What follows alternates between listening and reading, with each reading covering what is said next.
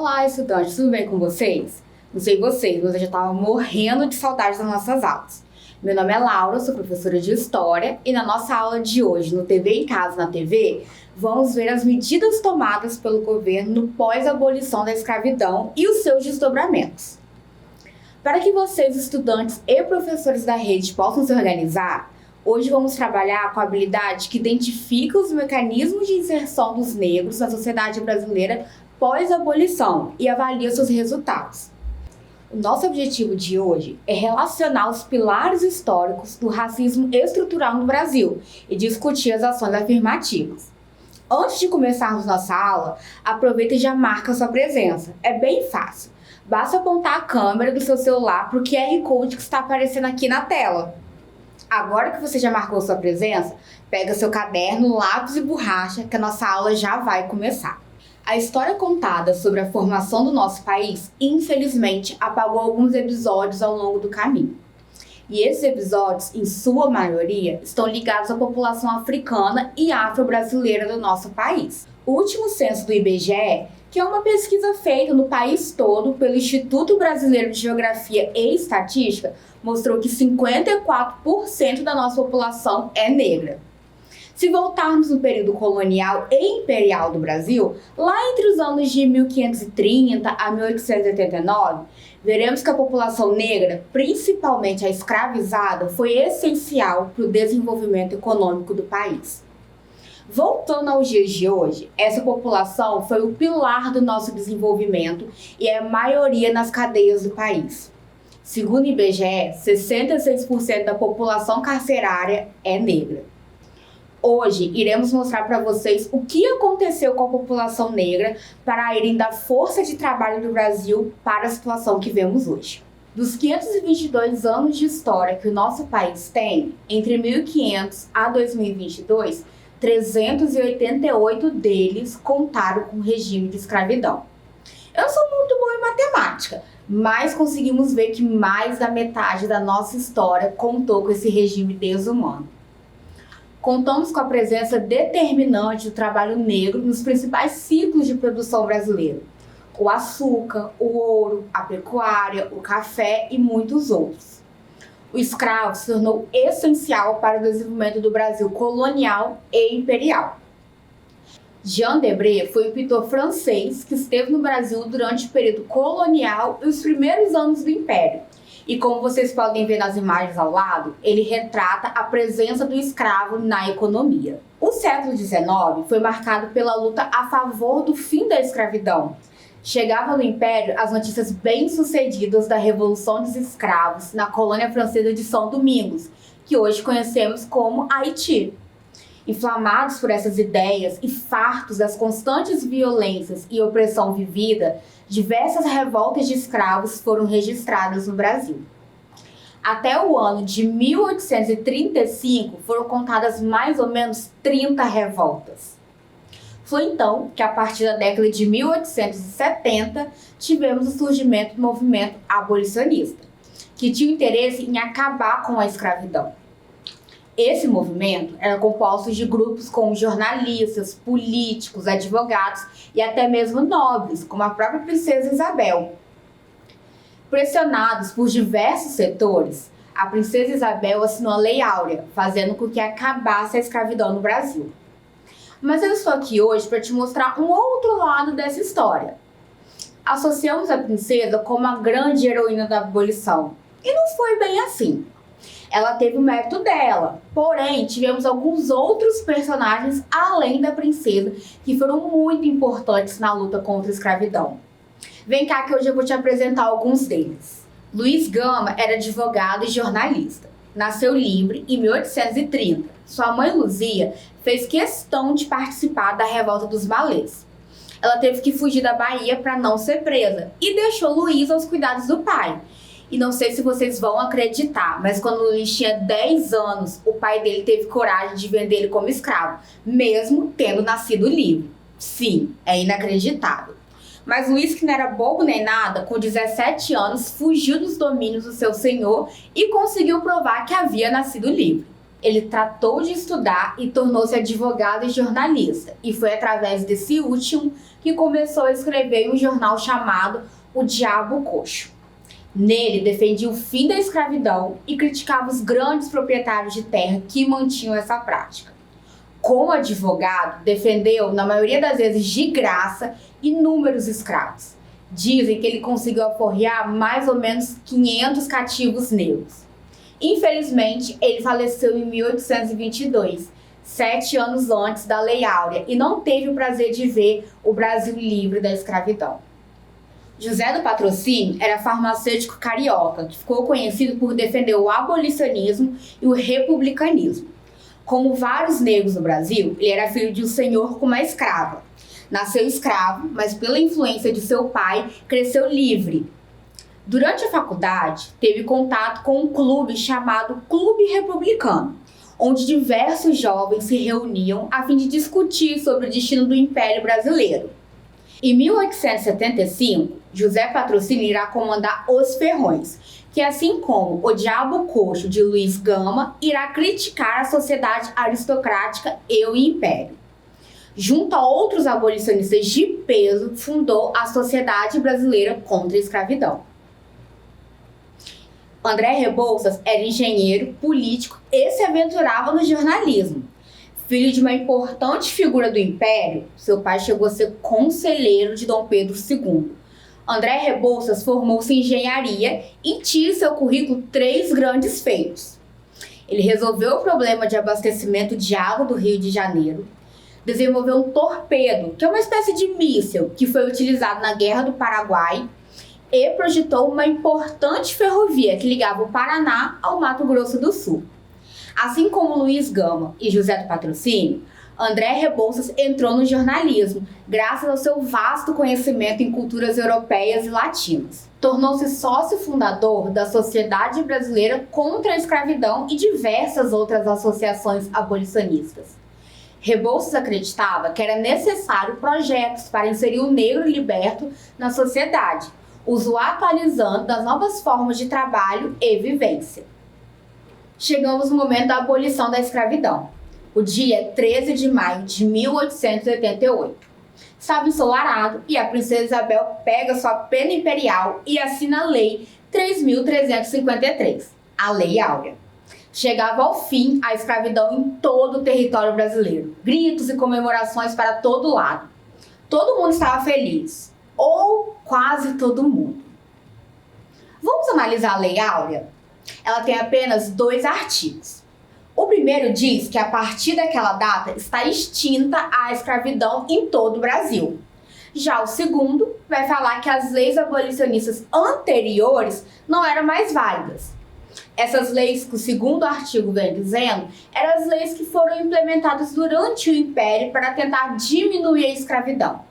Alguns exemplos delas são a Lei Eusébio de Queiroz, que acabava com o tráfico negreiro, e a Lei do Ventre Livre, que tornava livre todos os filhos de escravos nascidos a partir daquela lei. Elas não eram mais válidas, pois, enfim, a abolição da escravidão havia sido conquistada. Eu sei, vocês devem estar pensando, nossa, uma lei tão importante dessas é tão pequena, parece que está faltando alguma coisa, né? Pois é, eu também penso a mesma coisa. A abolição da escravidão trouxe igualdade perante a lei para todos os brasileiros. Porém, não foi suficiente para igualar os ex-escravos, seus filhos e netos na prática. Essa população continuou a ser vista e tratada como inferiores. Quando conseguiam empregos, eram os piores, o que a população branca rejeitava. Como falamos anteriormente, a lei parece faltar alguma coisa.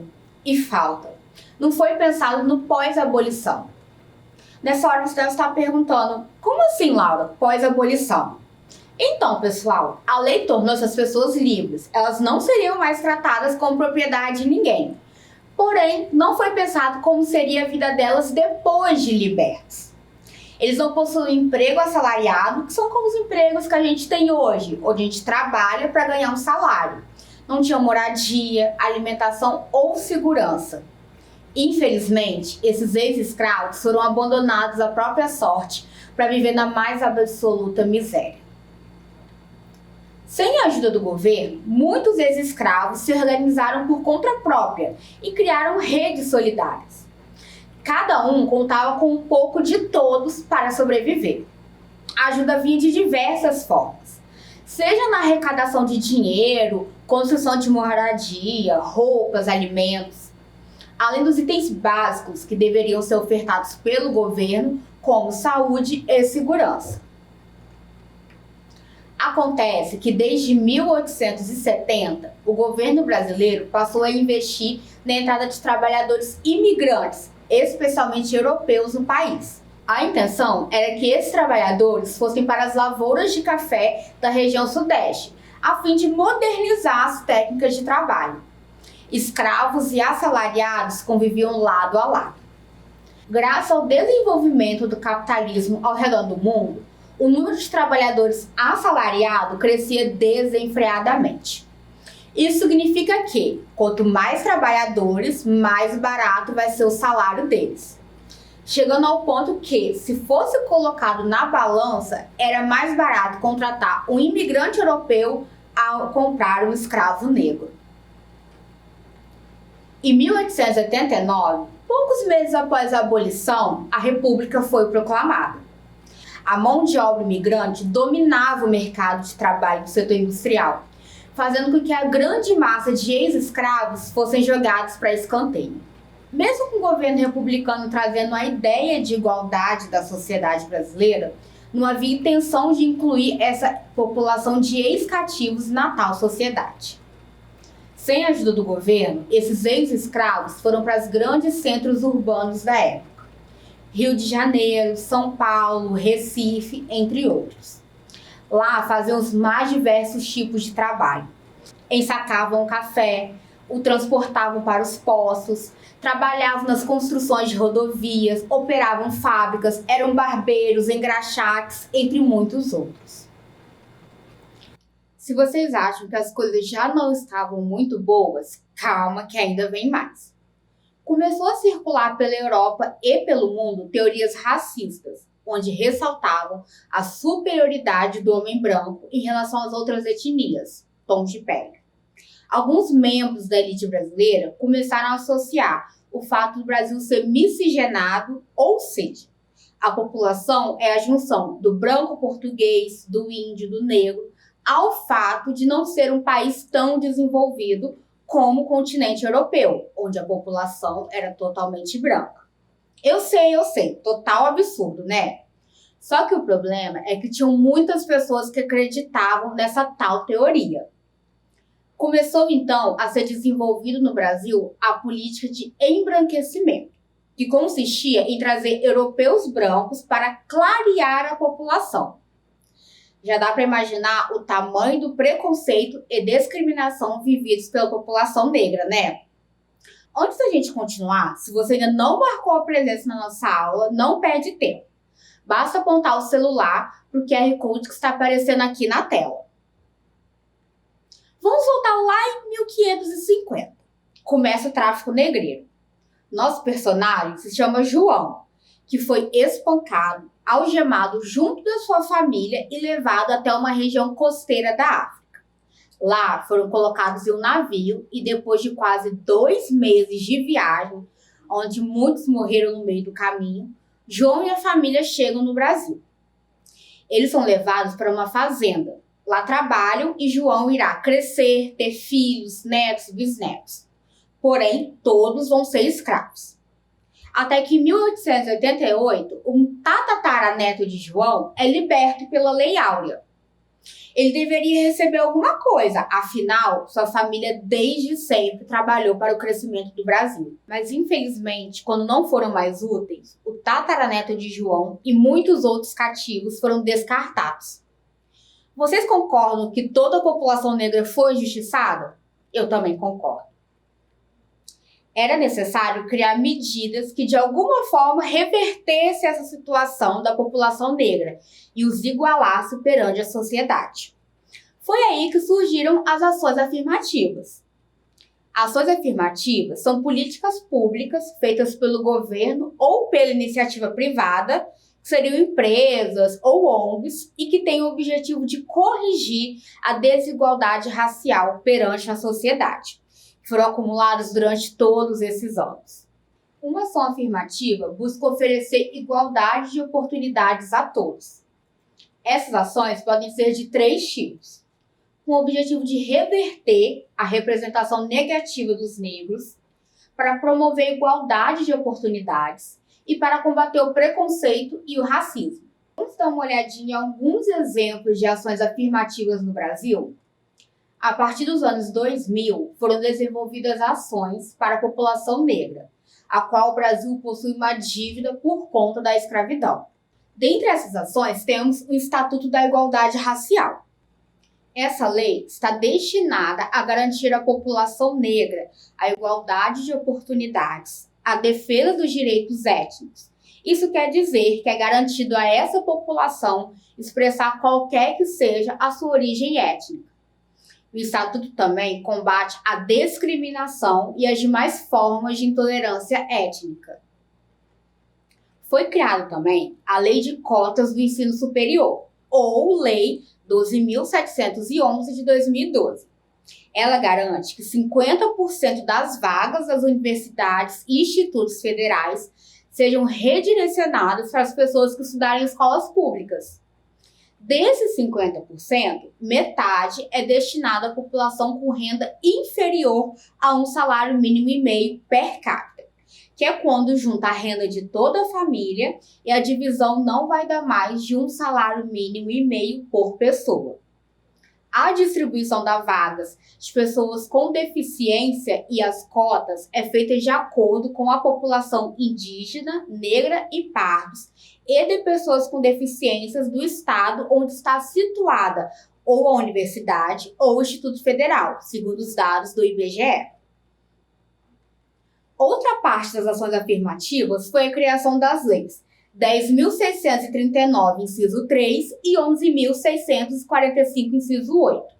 A primeira obriga o ensino de história da cultura afro-brasileira nas instituições de ensino fundamental e médio, oficiais e privados. Já a segunda lei é um complemento da primeira e acrescenta a obrigatoriedade do ensino da história da cultura indígena. Essas leis podem ser caracterizadas como um processo de resistência desses povos que tiveram suas culturas dizimadas. Em 2014, foi criada a Lei 12.930. Ela prevê que 20% das vagas em concursos públicos seja destinado à população negra. E aí, o que você acha dessas ações afirmativas? Você acha que elas são necessárias? Você já usou algum tipo dessas afirmações? Hoje eu gostaria de propor algo diferente para vocês. Eu quero que você se imagine como conselheiro ou conselheira da princesa Isabel na época da abolição da escravidão. Seu dever é ajudá-la a tornar a Lei Áurea mais justa para a população negra. E aí, o que você tiraria ou acrescentaria na lei? Para acessarem a atividade, basta apontar o celular para o QR Code que está aparecendo aqui na tela. Gente, nossa aula de hoje foi um pouco mais séria, mas muito importante. Antes de relembrarmos tudo o que vimos hoje, se você ainda não marcou a presença na nossa aula, aproveita o QR Code que está aparecendo aqui na tela. É bem simples, basta apontar a câmera do seu celular para o QR Code e pronto. Vimos hoje como se deu o processo de abolição da escravidão e grandes figuras que fizeram parte dele. Infelizmente, o governo brasileiro não deu nenhum tipo de suporte à população de ex-cativos. Pelo contrário, incentivou a entrada de imigrantes europeus no país a fim de embranquecer a população. Mas a população negra não ficou parada, não. Começou uma rede de apoio solidário, a fim de se ajudar, já que o governo não fazia nada. Foi só a partir dos anos 2000 que as ações afirmativas entraram em pauta no meio político. De lá para cá, foram aprovadas diversas leis a fim de diminuir o preconceito sofrido por essa população e os igualar perante a sociedade que ajudaram a construir. E aí, gostaram de conhecer um pouquinho mais sobre a nossa história e a história da população afro-brasileira no país? Eu espero que sim. Lembre-se, mesmo distantes, estamos juntos. Nos vemos na próxima aula. Até lá!